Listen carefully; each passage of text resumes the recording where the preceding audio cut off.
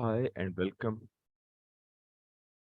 to our webinar Effective Complaint Response Mechanisms for Civil Society Organizations Working in Pakistan from the Safeguarding and Resource and Support Hub. I'm Khalda Mallah and I'm working as the National Representative of RSH Pakistan.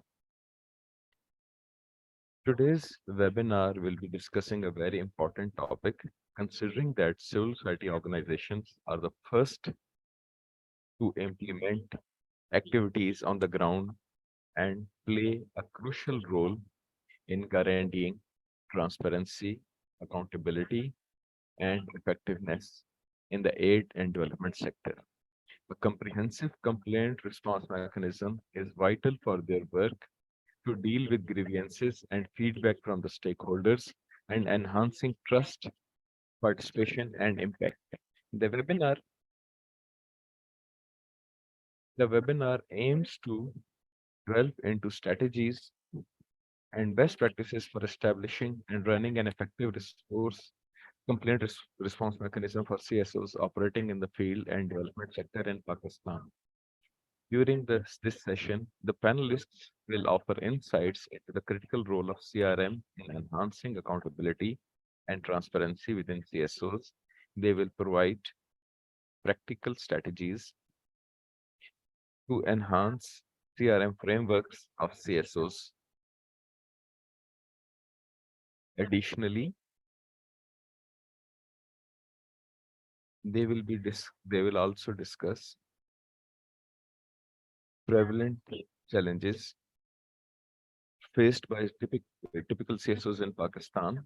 This event will be held in Urdu. English interpretation and English closed captioning will be provided. There will be opportunity for questions and answers during the discussion. In order to do this, we've invited two speakers who will talk us through each key part of this webinar. Our first speaker is Sartaj Abbasi, who is the coordinator for the PSA network in the Sindh chapter with UNICEF. Currently serving as the coordinator of PSA network in Sindh province for Pakistan, Sartaj Abbasi has dedicated 15 years of his career to providing technical support to national CSOs and international non-governmental organizations, government agencies, and universities.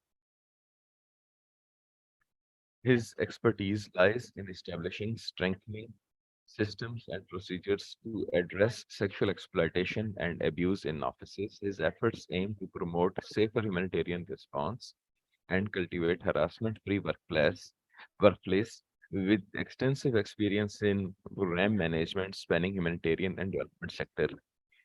Our second speaker is Fozia Yasmin, who is the Deputy Director of Programs at Rosen.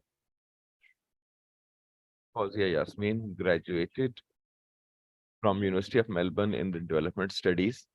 Additionally, she holds a master's degree in applied psychology and, and a postmaster's diploma in clinical psychology with over 20 years of experience in her career. She has successfully managed various projects. These include initiatives aimed at addressing GBV, improving state-run shelters to offer ethical support to female survivors of violence, and implementing community interventions. As a prominent member of Anti-Harassment Committee, she raises awareness in her organization and externally about harassment issues, and she's part of the international pool,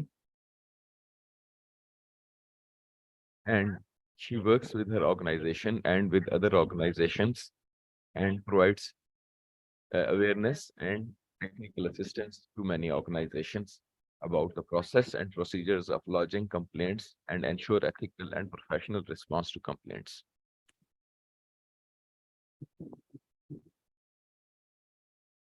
Her presentation will focus to discuss the challenges faced by the CSOs in Pakistan when implementing efficient complaint response mechanisms. And before we start, I will share a few points about housekeeping. First of all, you are all requested to keep yourself on mute and keep your videos and microphones off. This is to support the quality and connection of the webinar. Please be aware that we will be recording this webinar to share on the online hub afterwards for everyone who was not able to join. Your names will not be visible and name of your organizations. The recording will be available in Urdu and English. The webinar is available both in English and Urdu. To change the language, please choose the setting bar at the bottom at the Zoom page. You need to make sure that you have selected mute original audio to clearly hear the interpretation. Closed captions are also available in English. Please select these from the control panel if required. Please be advised that the webinar contains content on safeguarding that some may find distressing. Apart from that, the chat is open. If you'd like to share your name and your organization's name, our panelists will be sharing links to the relevant resources and are available to support with any tech issues which you may have. If you'd like to ask any questions during the question and answer session, please add them to the question and answer function throughout the webinar. You can ask the questions throughout the webinar. You can find the Q&A in the controls panel at the bottom of your screen. You can add new questions or upvote any existing questions. We'll try to answer most of the questions, or we can cluster them in order to answer as many as possible. We have also put the info email of the hub in the chat. Please do write to us if you have any follow-up questions. We'll try to answer all those questions. You can send those questions to us. At the end of this webinar, we'll share a poll live on the screen for the feedback on today's webinar. Please complete this. Along with this, I'll hand over to our first speaker, Mr. Sartaj Abbasi, to start his presentation. Over to you, Sartaj Abbasi, sir.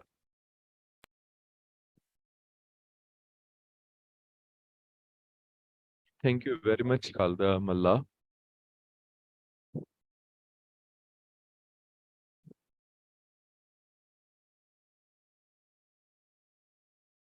I would like to start by thanking RSH for providing me an opportunity to talk about this very important topic and to give me an opportunity to share my experience with about complaint response mechanism with the participants and share some very important points.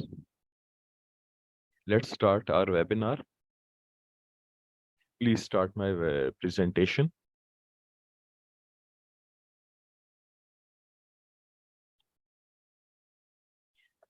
Please move on to the next slide. Thank you.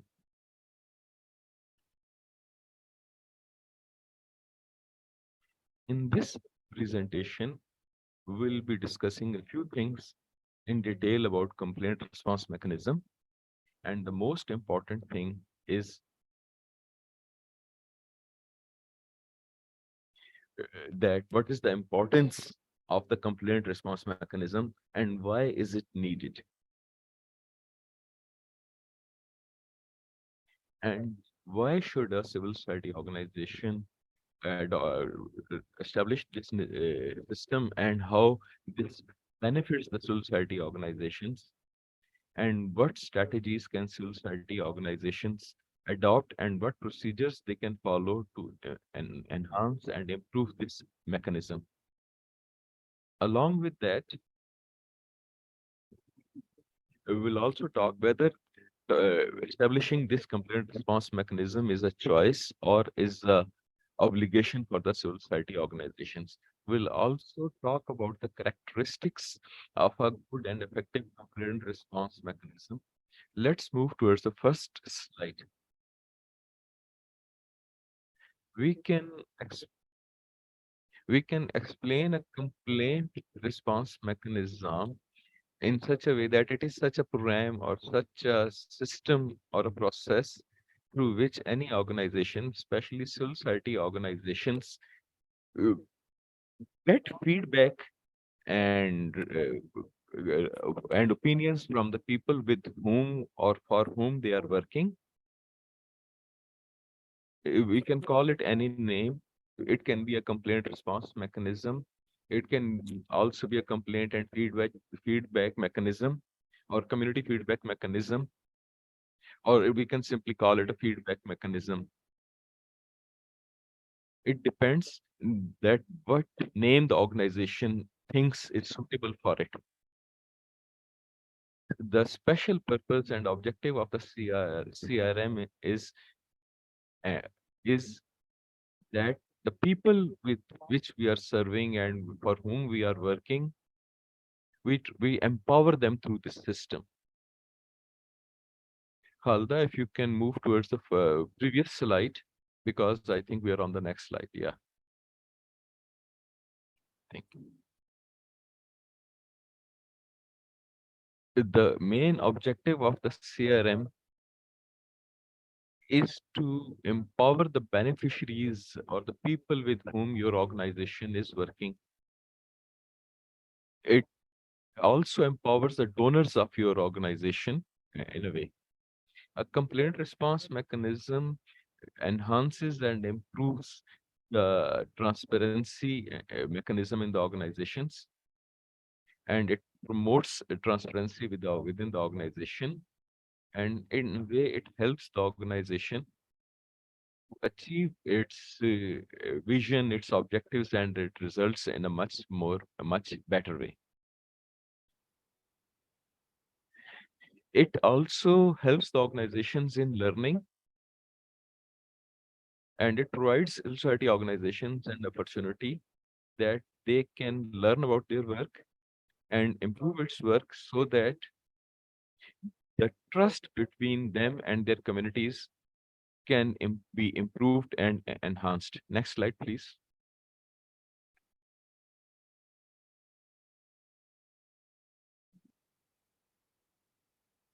How can CRM help an organization?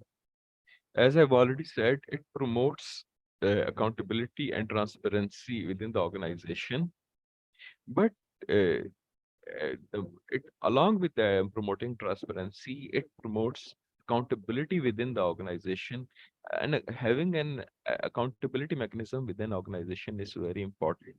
And a complaint response mechanism helps in that.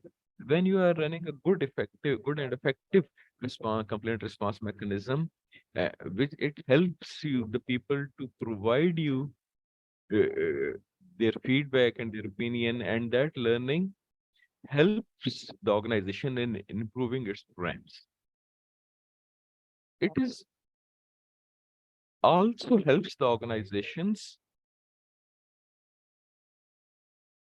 in meeting required standards, because there are standards and obligations for every organization, especially the organizations working in the development sector, and it helps the organizations in meeting those standards. Especially a good complaint response mechanism uh, and improves the overall performance of the organization. It enhances the trust of the organization with the beneficiaries and with the donors with whom you are working. It builds their trust and it builds the credibility of the organization. So these first two slides are about the context of the CRM.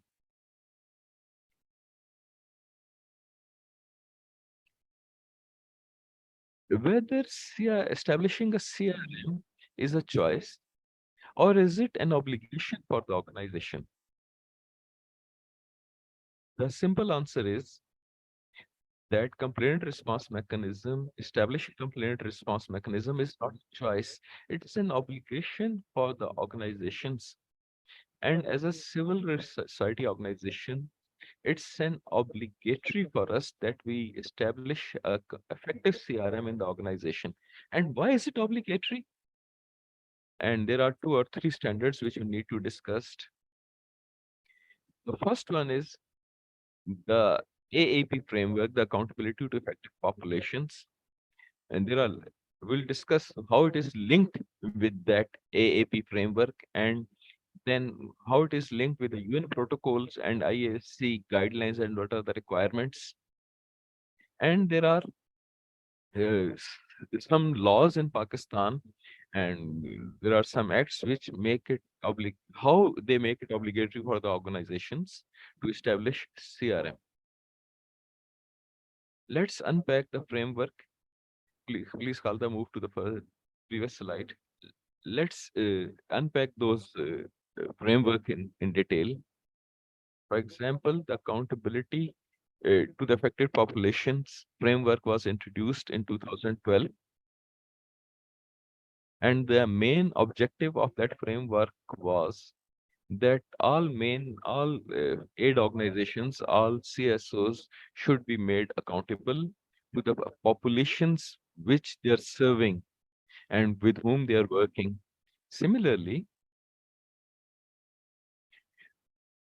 this accountability to affected populations framework requires that all the resources of the organizations are used in a more transparent manner. AAP also requires that we respond to the needs of the people, and all our planning should pivot around our programs and all our programs should be community centered. CRM helps us in fulfilling all these requirements. And this AAP framework also requires that if that there's a need to give importance to the opinion and feedback of the people, and therefore we need to establish a set system, a framework from where we can get their feedback. So this AAP framework requires us to establish a good response mechanism. If we look at after that, we can look at the UN protocols and ISAC guidelines, and they also make it mandatory for the civil society organizations to establish a good CRM. In 2003, uh, uh, UN protocols issued by Secretary General, it applies to all the civil society organizations, and it requires that civil society organizations should have a good CRM. Similarly, in 2003, in the UN Protocol on Sexual Exploitations for Implementing Partners, that protocol also requires the civil society organizations to establish a good response mechanism, CRM. And there are minimum operating standards. In that standard, it also requires from the civil society organizations to establish a good response mechanism, CRM. Along with that, there is a law in Pakistan about workplace harassment that was promulgated in 2010, and then it was amended in 2022. And according to this law also, there is a requirement that civil society organizations should establish good complaint response mechanisms within their organizations, should establish committees so that they can effectively respond uh, to the complaints of the communities. Next, please.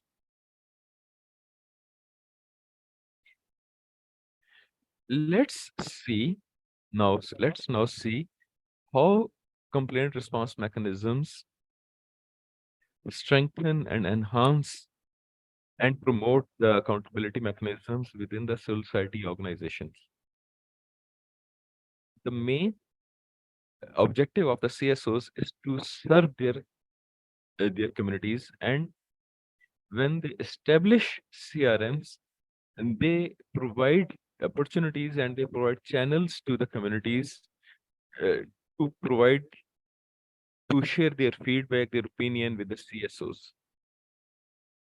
All that feedback shared by the people with the organization helps the organization in identifying the areas of improvement of account for promoting accountability and transparency within the organization, and it strengthens the transparency systems within the organization. Next, please.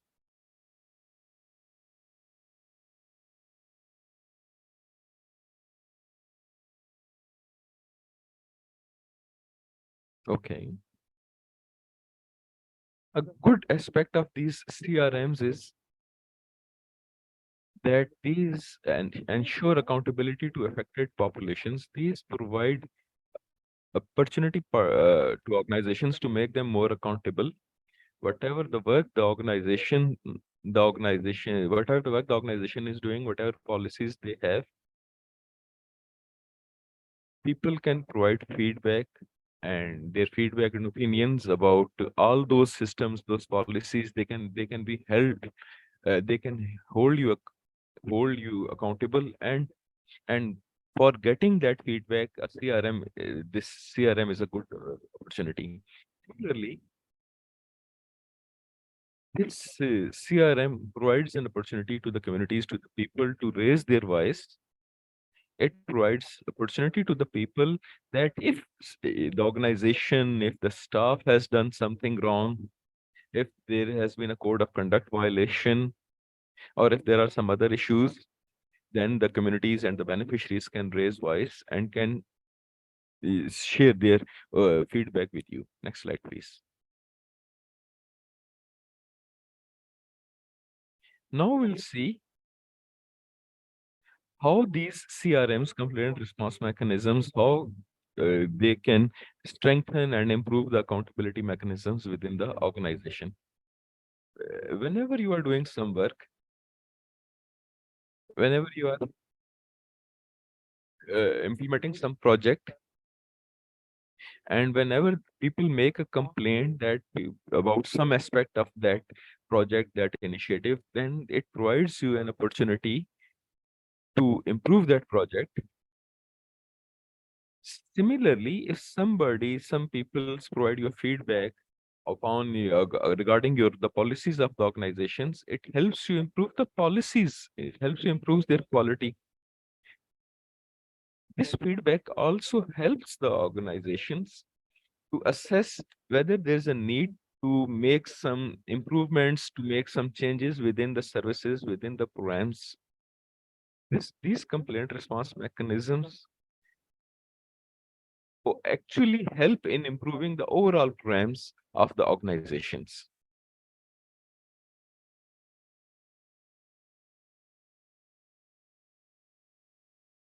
We've talked about transparency earlier, but now let's discuss it in bit more detail. Now let's see how does CRMs enhance accountability and transparency within the organization. When people can make their complaints easily, openly, and when these organizations address these complaints openly, then it promotes and demonstrates transparency within the organization. It shows their commitment. When you actually respect their complaints and you try to address those complaints, then actually you are showing your own transparency, and you are enhancing your transparency, and you can improve your work, actually improve your programs. Next slide, please.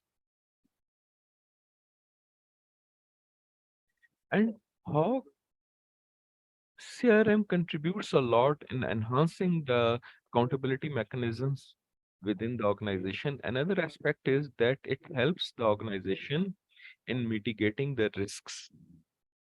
Let me give you a small example.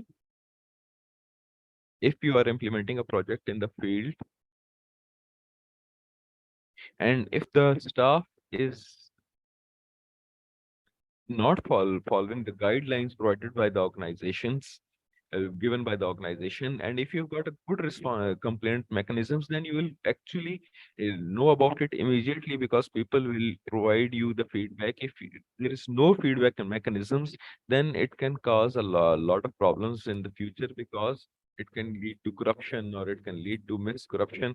So these risks are always there within the organization, and these good complaint response mechanisms helps the organization in identifying these risks, and also get feedback and suggestions and how these risks can be mitigated and what steps can be taken. And these can be about the policies as well. There is a shortage of time, so we'll move quickly forward. There are some steps that what steps should we take consider while establishing our complaint response mechanism. First of all, we should know that what is the objective of the organizations, and what beneficiaries are we serving, what is the scope of the organization, who are our communities, and how we can improve their engagement, how we can involve the communities in this complaint response mechanisms, and how we can learn from mm, the feedback from the communities. And for example, if there is a TB program and if we want to refer them, where we can refer them. So there should be a good response mechanism, and along with that, and we should also consider that how we'll sustain that complaint response mechanism, what structures would need to be put into place. So we should also have a knowledge about that as well. These are the last two slides, and I'll try to finish quite early. There are some characteristics of a complaint response mechanisms. What characteristics should a complaint response mechanism have? The first is that the leadership must own that CRM, and it should be supported by clear policies, SOPs, and guidelines. And the organization should set some established principles, standards, and country, and it should be according to country laws. It should be client-centered, beneficiary-centered. All the staff should know, and all the stakeholders should know about your CRM, and they should know how it works. Along with that, there should be the reporting channels should be safe and accessible for everybody.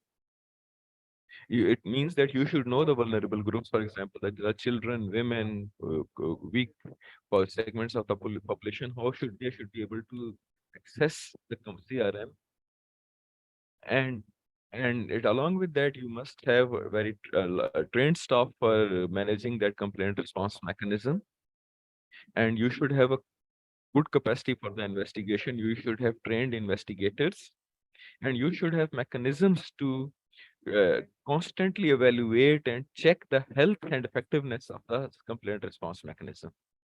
Thank you. Over to Khalid. Thank you so much, Sartaj Abbasi Saab. It was a very informative and useful presentation. Now let's move towards our second expert. Over to you, Fawzia, for your presentation. Thank you very much, Khalda, for inviting me to participate in this very important webinar. I hope all of you can hear me very easily. We have already seen that Sartaj Saab has explained that what are the characteristics of a good CRM and how it can be established. Now we'll talk about the challenges which we can face in establishing such a CRM. Please, over to next slide. The first challenge which I think we can see is about the weak laws and weak implementation systems. I'll talk mostly about safeguarding. And there is a special law, law in Pakistan, that is Workplace Harassment Act of 2010, and which relates to safeguarding. When we look at this law, we see that it has very weak areas. For example, it caters only to the complaints of women, and many harassment and safeguarding issues have not been discussed in this law. And there have been some amendments in this law in 2022, and there have been some improvements have been made. But these amendments are only applicable in the federal area, and these do not apply to the provinces, and these are still in the province. Another important challenge is that even if there are laws, there is a lack of awareness regarding these laws. People do not know about these laws. Most of the times, when people link with the organization, they do not know about the policies about these laws. Another challenge which we often see is that there is lack of local contextualization. What we have got a lot of material, but most of the material is in English. It has been developed outside in Pakistan. When we contextualize the material, uh, we sometimes translate the material, but we do not include local case studies. We do not include local customary practices. We do not consider it. We do not make it part of those local material, and that because of that, it is not implementable in our local context. Please, next slides. Another challenge which we have seen is that we have lack of resources. Safeguarding often requires resources. You need human resources, you need financial resources, you need expertise, and these are special expertise. And these lack of these resources actually hinders the effective safeguarding measures, and we need those resources. Uh, uh, Another challenge is about the cultural sensitivity. Pakistan is a huge country. It has diverse context, and there are organizations which are working all over Pakistan. And sometimes the sensitivity in one area is not actually very relevant, and is in the other area of Pakistan. So organization, it becomes quite difficult for the organizations to develop a standardized system for the country, because for each community or each geographical location, they need to have a different CRM, because there are a lot of differences. And obviously, as the technology advances, new issues are coming up. It has its advantages. But we also see that many risks are also coming up. For example, the cyberbullying. There are issues of there are risks of data privacy, how data is shared. There are no protocols, and we need to address them as well. Most of the times we have seen that within the organizations have do not have robust protocols for safeguarding the data and sharing the data, and and they do not actually realize that their data can be leaked. Please move to the next slide. Another challenge towards which Sartaj Sab also mentioned, that it's about training and capacity building, and there are no opportunities for the training.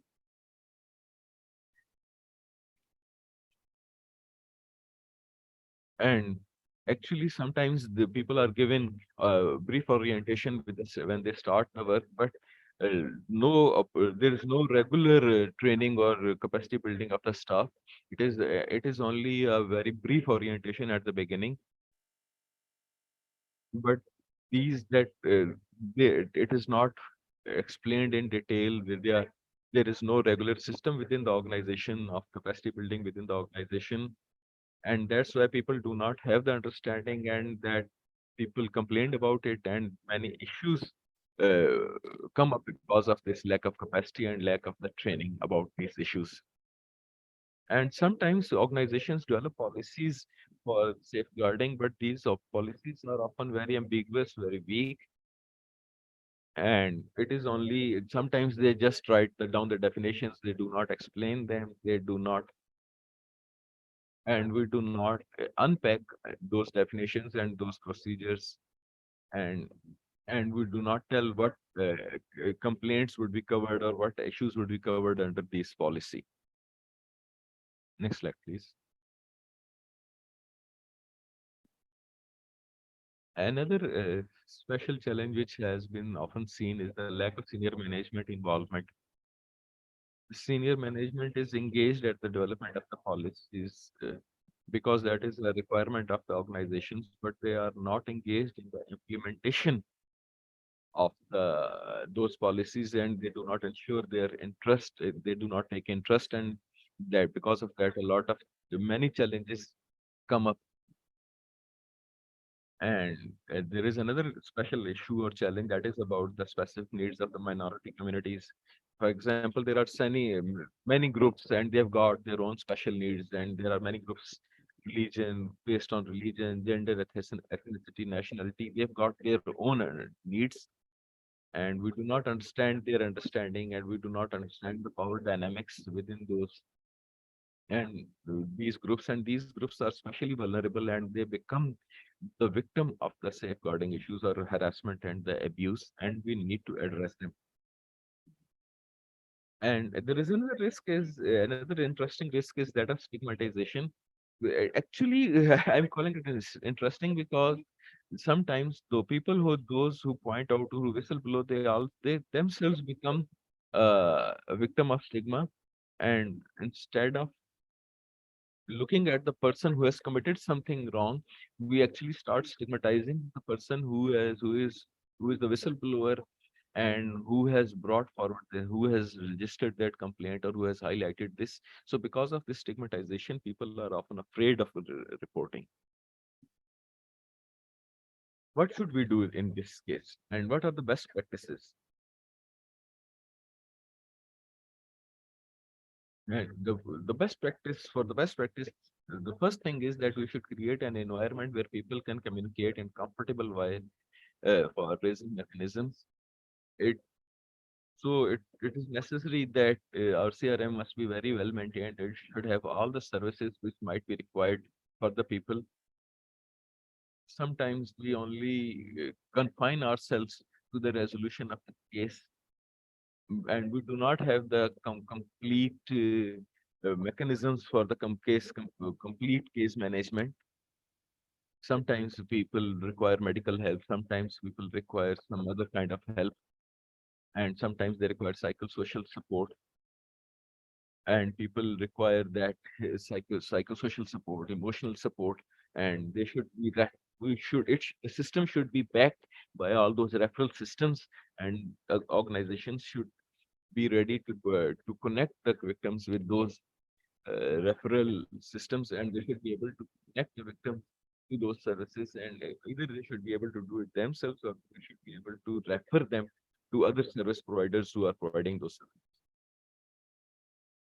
Another important practice is that the systems should be accessible. It should be very accessible. The policies should be accessible to everybody, to the staff, to the communities, to the beneficiaries. So all these policies and all those should be available in the staff, and these should be understandable for all the people, and these should be very accessible to all the people. Uh, You can help them. You can upload them on the social media platforms. You can upload them on the website. But in all the places, these all places should be very visible for all the people. It should be very these should be available on the social media platforms so the community can access them and understand them. Next slide, please. Uh, Awareness raising, the staff and even the communities be available, should be aware about their own rights, that what rights they've got. Even the staff do not have awareness about their rights, and they should the staff should be aware about their own rights, the communities should be aware of their own rights, and they should know what is the process which they have to adopt to report a concern, and if there are what are the risks and how what attitudes they must be expecting when they are reporting. They should be uh, when they are reporting, they should be very well aware. They should be very well informed. Another important step is that senior management should be engaged and involved. Senior management should not only be involved at the stage of policy making, uh,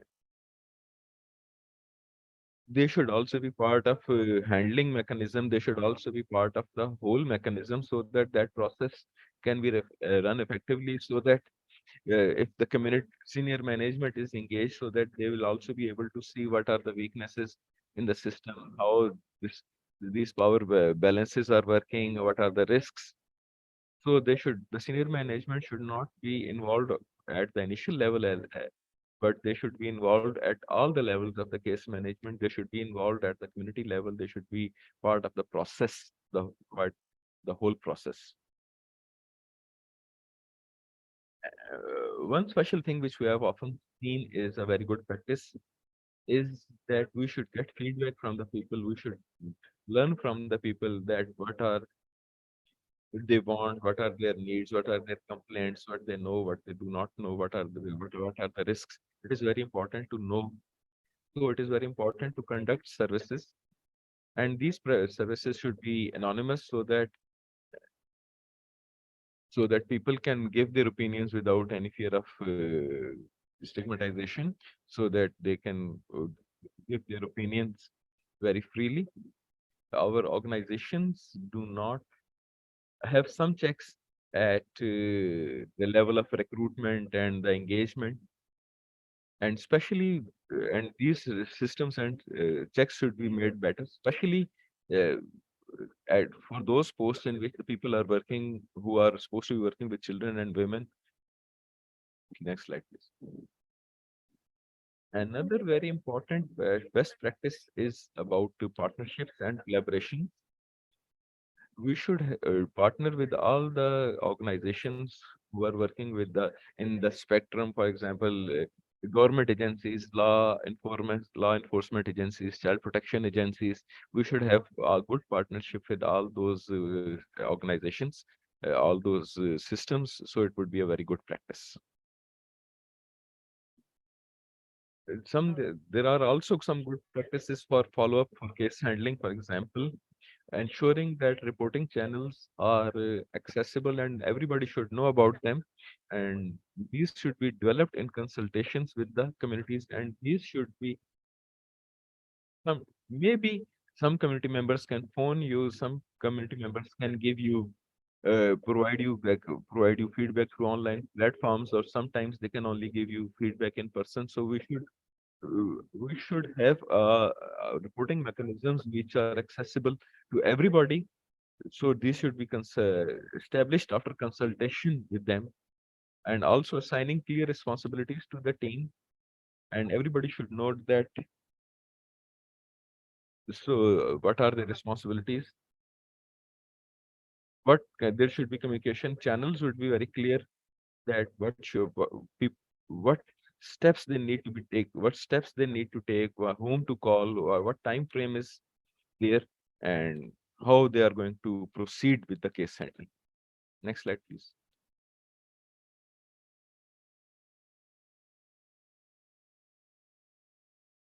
Halda, please. I think we're already in the lesson. Hello, Khalda, can you hear me, please?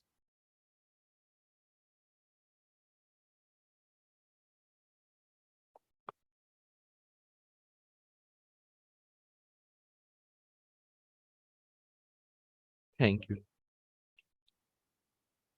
Another important thing is, which is important for establishing good CRM, is that we should ensure impartial investigations, and we should have trained members for that.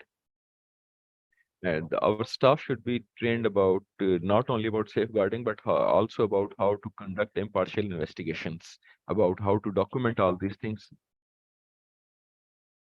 At that they should be trained at each and every step of the process, so that they can handle the process very well.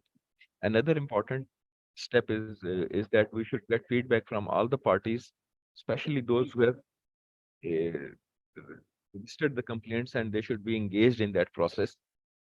The last best practice is about, which is very important, is about the confidentiality of the data. and that data can provide us a lot of and also that data which can provide us a lot of insights about the trends about it that would help us in from interactions and provide establish good safeguarding measures. Thank you, sir. Thank you so much, Fauziya, for such a comprehensive presentation. And we are actually running a little bit late. We'll start a question and answer session. We have received very interesting questions. First of all, Fauziya, I'll ask some questions from you, and then we'll move towards Sartaj. There is a question: if there is a bias within the senior management, within the senior management of the organization, and if there is a dir that senior management staff is engaged, then how a good system can be established so that that bias does not affect it and that bias is affected. I think we have to keep in mind two or three things. Each and every member that we should have protocols for addressing each and every person who is being engaged in the process. If, for example, if the senior management is in itself is itself engaged in the harassment, then what needs to be done? It means that there should system should not be restricted to three or four persons. We should have more. We should have a broader complaint mechanism so that complaints can be made, and so you should have a robust complaint mechanism. So it means if there is an organization, if there is an organization, and if there are complaints against the top management, so we go to donor agencies? For example, we can go to board level or we can go higher up and depends and we should have systems for that. And if they think that there is no response from the within the organization, then they can go to the provincial ombudsperson. It means that CRM should have all these information about that. There is another question that if there should be a single CRM both for staff or community, or should we have separate systems for both of them?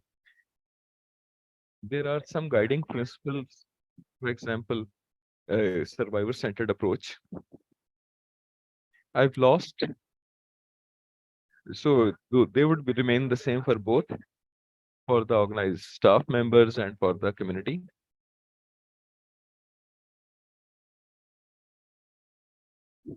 But with if you are working with the community and you think that they are comfortable with some other way, for example, they are not and comfortable in giving written complaints, then you can introduce systems for the community which are more comfortable for them.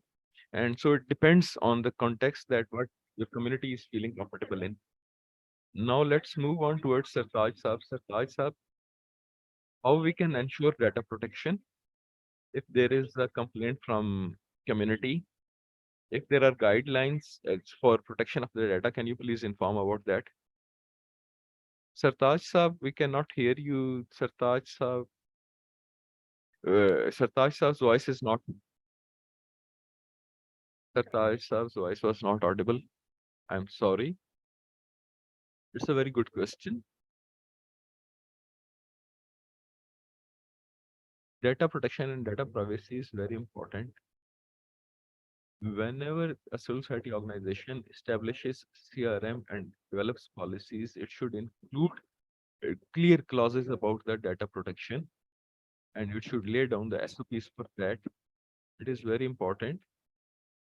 It is very important that CRM should be able to handle sensitive data, for example, for if there are victims of GBV or if there are victims of sexual harassment, the data protection becomes even more important that there it is very important that this should be incorporated within the policies, that who will be able to access that data, who will be able to check that data. It is a and where that sensitive data will be kept, and who will have the passwords, who will not have the passwords. Along with that, having the consent of the community is very important. When we are getting information from the community, we should inform them that how this information will be used, how will be able to access it, who will not be able to access it, how what system the organization has to keep your information confidential and safe. So it is very important to have a very strong data protection policy for the effective CRM. Thank you. There is another question. Some of the organizations are asking for suggestions that if there are any time limits, recommended time limits for resolving the cases, and the complainant should be informed about that, or if there are any resources which you can suggest in which these time limits have been suggested. Can you please tell us something about that? In our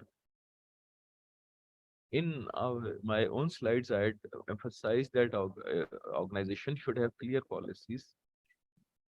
In those policies, you will have to put in all these steps, that how the complaint will be registered, who will be investigating, who will be responding, and who which members should which part of those committee members. I think it is important for the organization to clearly define those uh, mechanisms. For example, some complaints will be resolved very immediately. For example, if your organization was distributing hand pumps and I was a deserving beneficiary, and you did not give me that, then they will be able to call to the field, and then you will be able to get the record. You will check it and respond very immediately. But if there is a complaint that somebody has harassed me sexually, then it will take investigation will take time. So it is very important that we should very clearly define these steps within the policies. We should have very clear cut policies. And at every stage, we should highlight the expected time limit, that how many days would this process would take. And the complainant has the right, and that you should tell him, at least provide him given the estimated time that in such time period your complaint will be resolved. Thank you so much. There are some also questions. There is an unknown complaint, there is an anonymous complaint, and people are afraid of giving their name. So what should be the reaction of the organization to that if there are anonymous complaints? And both Sartaj Saab and Sazia, yeah, Fawzia Saiba, I would request both of you to answer that. How should organization should handle this kind of anonymous complaints? I would add something, and then I would request Fawzia Saiba to add to it.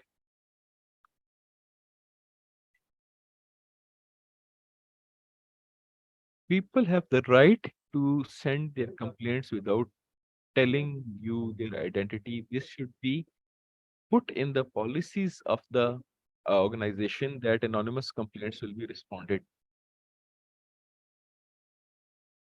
When we go into the field, there are some very sensitive contexts. There are some very sensitive cases like honor killing. There are some issues in which people are afraid to give their name. Maybe some girl doesn't want to give her name, and then if such a complaint comes to the organization, then it is the responsibility of the organization that they have to access the complainant. They should have systems that how are they going to satisfy that client, that beneficiary, and how are they going to address.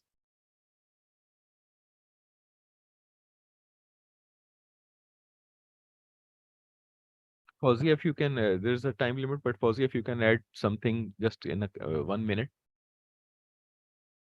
about the anonymous complaints. And One step which can be taken is that we can go back to the community and give them awareness. Sometimes mm, some complaints come which have a lot of confusion, and people are not ready to come forward because they do not understand. But when you go back to the community and explain that very clearly and provide them that information and transfer that information, then they are able to come back and talk to it, and then you'll able to get that response. It means that you want, then it means that we have to look at the reason behind that complaint. We should try to find out we should find out the complaint, and then you should try to address that root cause of the complaint, and you should go to the community. Thank you very much, Felicia.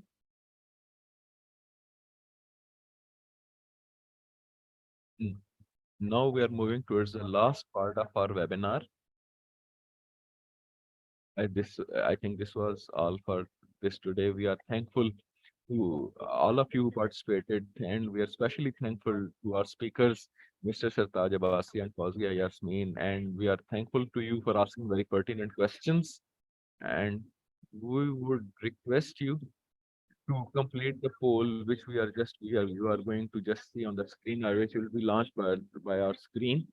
And this it is now on your screen. Please give your feedback on the screen, and please tell us that how did you like our seminar, or whether you how we can improve our future seminars. Please tell us about that. Secondly, this webinar has been recorded. The recording of this webinar will be available on our website.